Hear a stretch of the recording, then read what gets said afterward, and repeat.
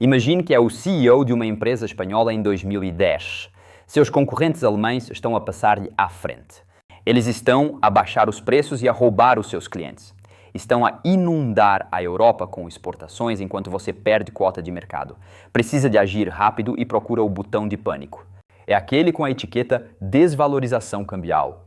É a ferramenta de emergência que todos os países usaram durante séculos quando a competitividade colapsa. Desvalorize 20% e pronto. As suas exportações ficam mais baratas da noite para o dia. As encomendas voltam a entrar e o problema resolve-se. Exceto que, quando procura o botão, ele desapareceu. Em 1999, quando o seu país adotou o euro, não se limitou a aderir a uma moeda. Entregou a sua escotilha de emergência, trocou a soberania por um lugar no clube. E agora, quando a crise bate à porta, percebe o que assinou. Bem-vindo à prisão do euro. É uma união monetária desenhada para ser inquebrável, mesmo quando a ruptura é a única forma de sobreviver. Vejam a secção de comentários agora mesmo. Aposto que metade de vocês está a dizer que o euro salvou a Europa. Fiquem por aí. Vejamos se ainda acreditam nisso daqui a 15 minutos. O negócio é este. O euro não é apenas uma moeda, é uma jaula. Quando 11 países adotaram o euro como moeda física em 2002, eliminaram as duas ferramentas mais poderosas. Essas ferramentas são a política monetária e o ajuste da taxa de câmbio. Pense no que isto significa. Se a Espanha entrar em recessão, não pode baixar as taxas de juro. O Banco Central Europeu fixa uma taxa única para 19 países. A Espanha não pode desvalorizar a sua moeda para impulsionar as exportações. Já não há peseta espanhola, apenas o euro. O paralelo aqui é o padrão ouro. Sob o padrão ouro clássico, os países indexavam as suas moedas às reservas de ouro. Se tivesse um déficit comercial, o ouro saía. A sua oferta monetária contraía. Os preços caíam e os salários baixavam. A deflação forçava o ajuste, mas com um custo humano catastrófico. O euro replica esta rigidez, sem sequer ter os benefícios teóricos. No padrão ouro, os países podiam eventualmente deflacionar o suficiente para restaurar a competitividade. O euro elimina esse mecanismo por completo. O único ajuste que resta é a desvalorização interna. Isto envolve cortar salários e esmagar preços. Significa aniquilar a procura interna até ser competitivo novamente. Pensem nisto. Os salários em Espanha estiveram praticamente congelados de 2000 a 2010. Entretanto, outros países da zona euro registraram aumentos de 15 a 20%. O desemprego grego explodiu de 7,8% em 2008 para 24,9% em 2015. O desemprego jovem nos países periféricos ultrapassou os 50%. Isto não é um erro, é o design do sistema. Ao aderir ao euro, aceita que, se algo correr mal, não tem rota de fuga. Se a sua economia sobreaquecer ou uma bolha arrebentar ou a procura global colapsar, você sofre. E a dor é distribuída de forma muito desigual. Mas é aqui que a situação se torna mais sombria. Enquanto os países periféricos estavam presos, um país descobriu como manipular o sistema. Vamos falar especificamente da Alemanha. Vamos falar de como a Alemanha transformou o euro numa máquina de extração de riqueza. Em 2000, os sindicatos e associações patronais alemãs fizeram um pacto. O aumento da produtividade não seria usado para aumentos salariais. Em vez disso, serviria para o crescimento do emprego e da competitividade. Klaus Zwickel, chefe do sindicato IG Metall, propôs isto em 1995. Em 2000, tornou-se política oficial. A conta era simples. Entre 1999 e 2008, os custos unitários do trabalho na economia alemã mantiveram-se estáveis. Na indústria, onde os sindicatos são mais fortes, caíram 9%. Enquanto isso, o resto da zona euro viu os custos unitários do trabalho subir. Com a inflação acima da meta de 2% do BCE, o que aconteceu a seguir era previsível. As exportações alemãs explodiram só em 2000.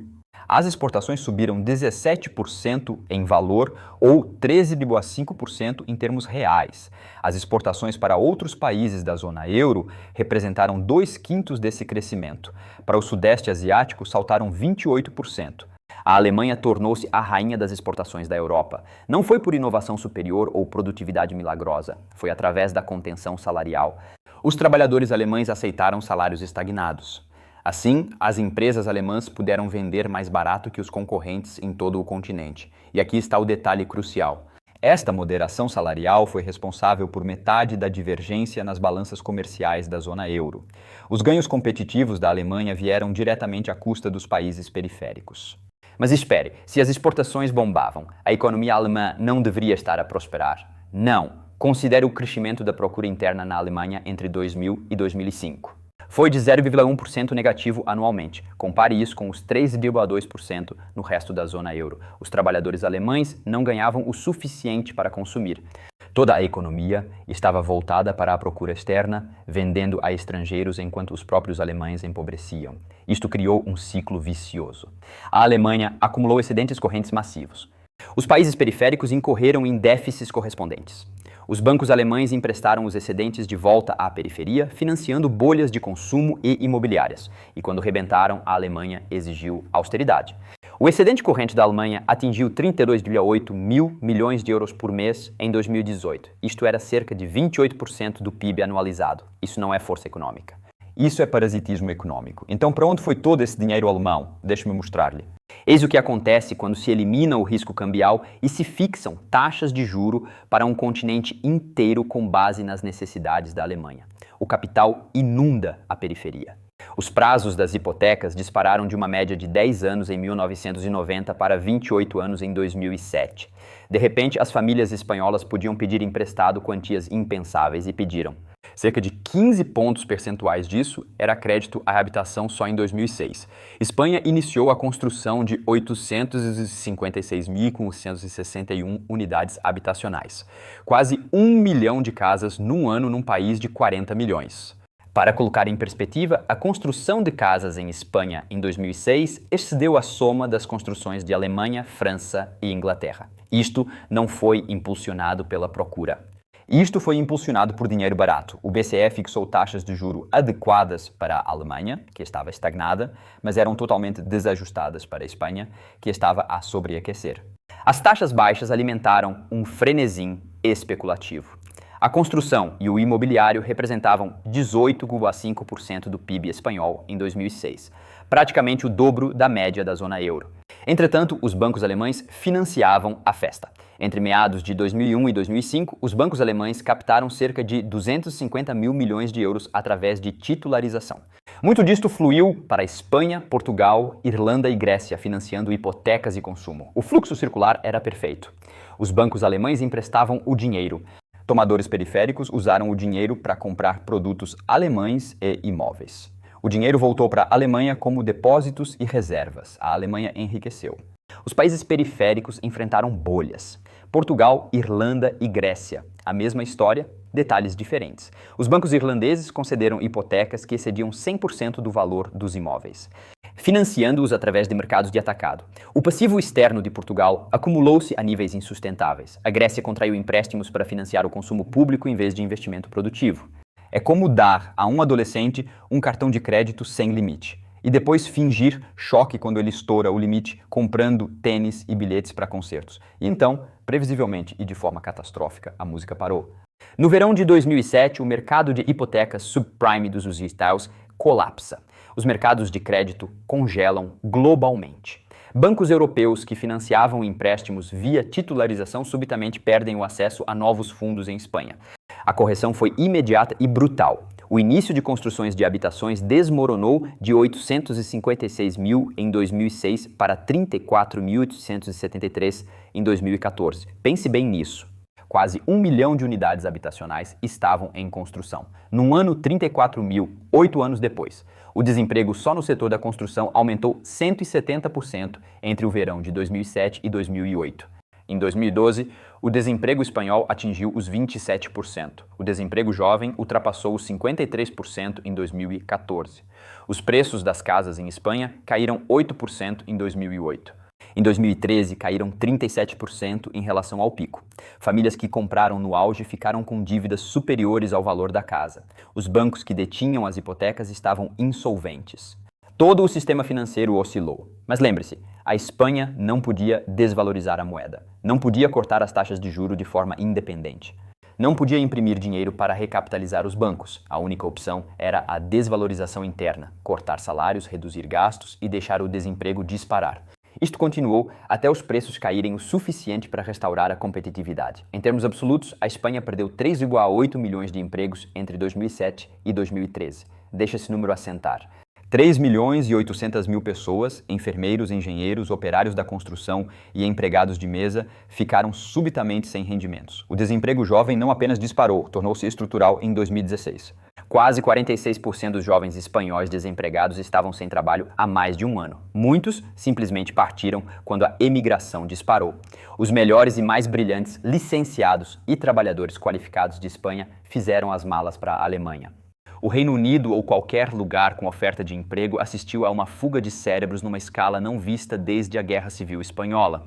Falei com um engenheiro de software espanhol chamado Miguel, que me contou ter passado 2 anos desempregado após licenciar-se em 2010. Enviou mais de 300 candidaturas com 0 respostas.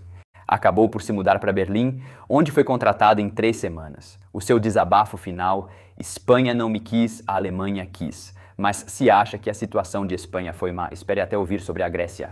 Em janeiro de 2010, o recém-eleito governo socialista da Grécia lança uma bomba. O déficit orçamental não é os 6% anteriormente reportados, é superior a 12% do PIB, mais tarde revisto para 15,4%. Durante anos, a Grécia falsificou estatísticas e escondeu dívidas. Estavam a maquilhar as contas para cumprir os critérios de adesão à zona euro. E agora, a meio da crise, a verdade vem ao de cima e os mercados entram em pânico. Se a Grécia mentiu, quem mais mentiu? De repente, os investidores perceberam que os países periféricos da zona euro podiam, de facto, entrar em incumprimento. Os juros das obrigações da dívida grega, portuguesa, irlandesa e espanhola dispararam. A Grécia fica totalmente bloqueada nos mercados em abril de 2010. A UE e o FMI intervêm com um resgate de 110 mil milhões de euros. Em maio de 2010, a Alemanha fornece a maior fatia, 22 mil milhões de euros.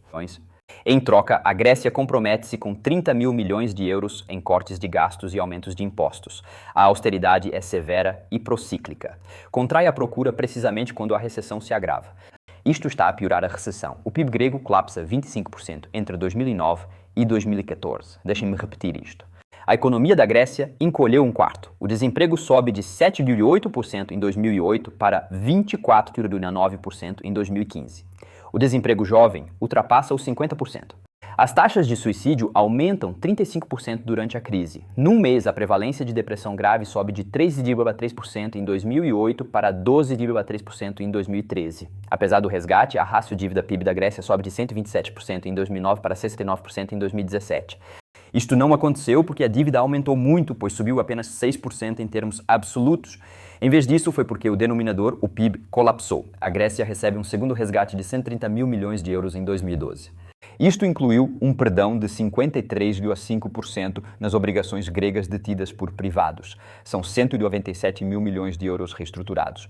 Um terceiro resgate de 86 mil milhões de euros surge em 2015.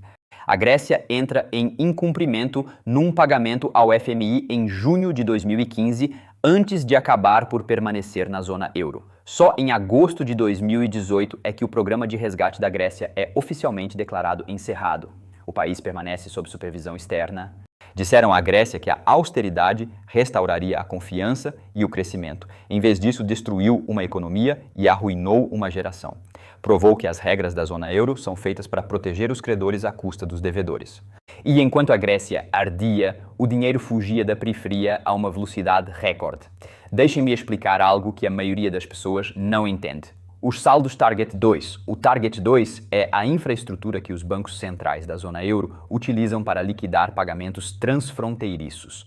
Quando um cidadão grego transfere dinheiro para uma conta bancária alemã, o Banco da Grécia registra um passivo. O Bundesbank registra um crédito. Antes de 2008, estes saldos eram minúsculos, cerca de 100 mil milhões de euros no total de todos os países, porque os mercados privados financiavam os fluxos transfronteiriços. Mas após a crise, o capital privado fugiu da periferia e procurou segurança na Alemanha. Os depósitos gregos caíram 17% só em 2011. Aproximadamente 65 mil milhões de euros fugiram da Grécia desde 2009. 16 mil milhões foram para contas estrangeiras. 1/3 foi para a Grã-Bretanha e 10% para a Suíça. Os depósitos espanhóis caíram quase 3%. Os depósitos italianos caíram pouco menos de 2%. Entretanto, os depósitos alemães subiram 3% e os franceses 10%. Esta fuga de capitais reflete-se nos desequilíbrios do Target 2. Em meados de 2012, o Bundesbank da Alemanha detinha um crédito de aproximadamente 900 mil milhões de euros. Em maio de 2023, esse valor atingiu 1,82 bilhões de euros, cerca de 28% do PIB alemão. Itália e Espanha juntas detinham 1,045 bilhões de euros em passivos Target 2. Isto representa aproximadamente 32% do seu PIB combinado. Pensem no que isto significa. Se a Itália ou a Espanha saíssem da zona euro, teriam de liquidar estes passivos na totalidade. De acordo com a carta de Mário Draghi de 2017 ao Parlamento Europeu, liquidar mais de 600 mil milhões de euros exigiria transferências fiscais extraordinárias ou uma reestruturação de dívida catastrófica. É por isto que os países periféricos estão presos. Sair da zona euro desencadearia o caos financeiro, corridas aos bancos e risco de redenominação cambial. Levaria a batalhas legais sobre bilhões em créditos transfronteiriços. Ficar significa aceitar uma subordinação permanente. O Target 2 não é um sistema de pagamentos, é uma situação de reféns. A periferia deve tanto dinheiro ao núcleo que sair seria um suicídio econômico. Por isso ficam mesmo com as suas economias estagnadas. Portanto, se a desvalorização cambial é impossível e a saída é suicida, o que resta? A resposta: desvalorização interna. Cortar salários, baixar preços, deixar o desemprego disparar até que a economia seja competitiva novamente. A Espanha tentou isto. Os salários do setor público foram cortados em 5%. O tradicional 14% ao mês que os trabalhadores espanhóis recebiam foi suspenso. Os gastos públicos caíram 8,9% em 2013. Portugal sofreu cortes salariais e reduções de pensões severos, conforme exigido pelo programa UE-FMI. A Itália implementou reformas laborais para reduzir os custos unitários do trabalho. A teoria era simples: salários mais baixos, preços mais baixos. Exportações mais baratas, maior competitividade e recuperação econômica. Só que não funcionou. Eis o porquê. Quando se cortam os salários, os trabalhadores gastam menos, o consumo colapsa, as empresas perdem receitas, o investimento cai, o desemprego sobe. Isto desencadeia mais cortes salariais, mais cortes de gastos e mais deflação. É um ciclo vicioso. Estudos sobre Espanha revelaram que a desvalorização interna enfrentou uma estrutura de procura assente nos salários. Menos salário reduziu o poder de compra, o que reduziu o consumo e aprofundou a recessão. O desempenho das exportações melhorou ligeiramente, mas a destruição da procura na atividade interna superou os ganhos das exportações. O desemprego jovem em Espanha manteve-se acima dos 40% em 2012. Manteve-se acima dos 25% no total até 2018. O desemprego acabou por baixar, mas a recuperação exigiu anos de crescimento medíocre e estagnação do investimento. A Itália oferece um exemplo ainda mais gritante, apesar de reformas laborais semelhantes. A cota da Itália nas importações mundiais caiu de 4,5% em 1999 para 2,9% em 2016. A contenção salarial não resolveu os problemas estruturais da competitividade externa italiana. O ponto fundamental: a desvalorização interna pode funcionar para um país face a parceiros comerciais estáveis. Mas quando toda a zona euro a persegue em simultâneo, o resultado é a deflação em todo o continente e a destruição da procura, não o reposicionamento competitivo. É como tentar ganhar uma corrida dando um tiro no próprio pé. Sim, ficas mais leve, mas também estás a esvair-te em sangue. Enquanto isso, a Alemanha continuou a ganhar.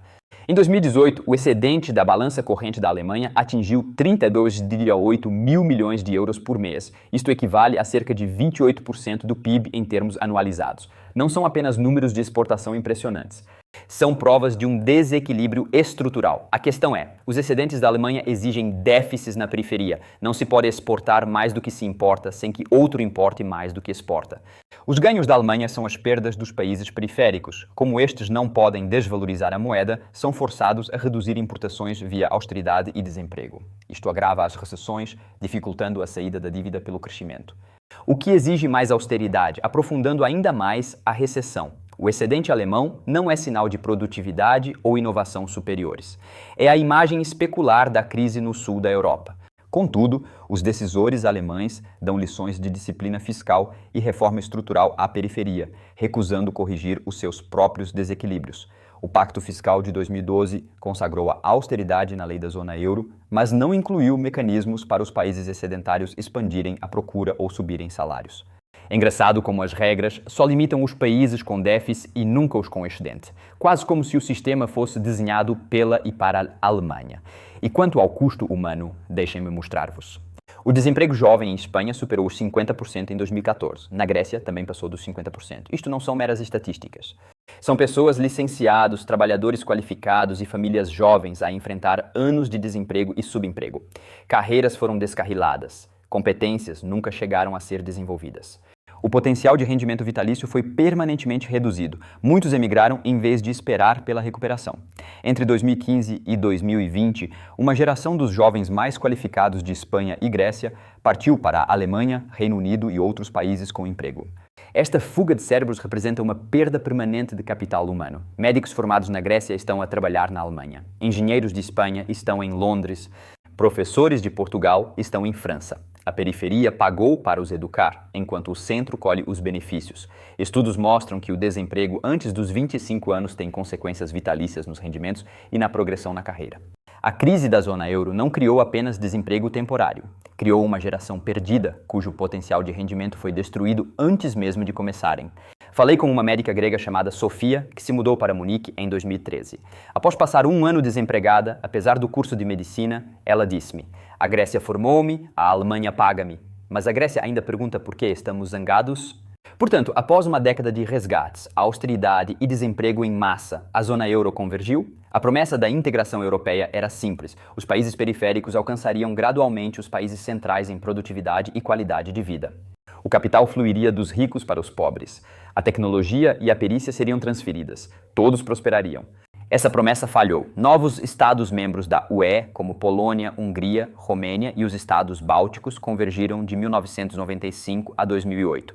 Mas a convergência abrandou após a crise para os novos membros e inverteu-se totalmente no sul da Europa. O rendimento per capita no sul da Europa caiu de 85% da média da UE antes da crise para 80% depois.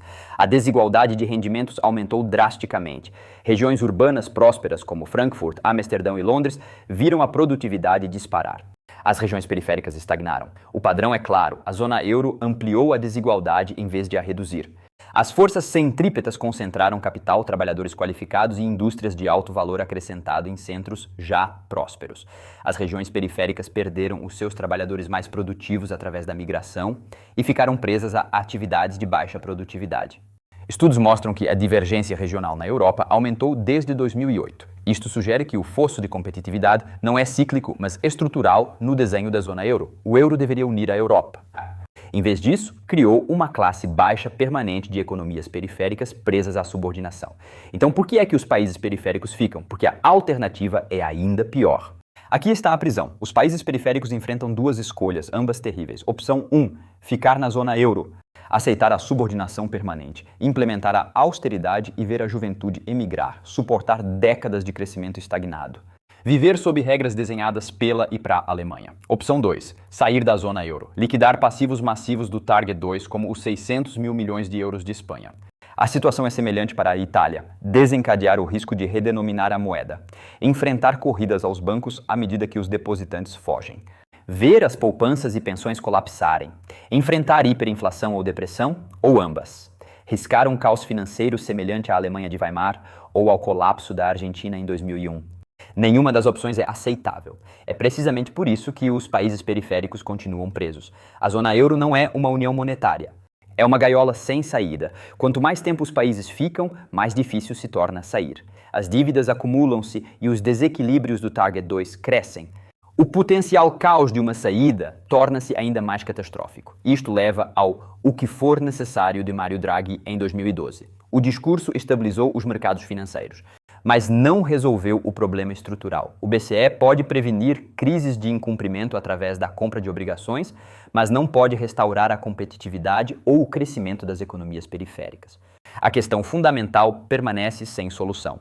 Poderá a zona euro funcionar como uma verdadeira união monetária sem transferências fiscais dos países centrais para os periféricos, ou sem mecanismos de perdão de dívida, ou sem rotas de saída?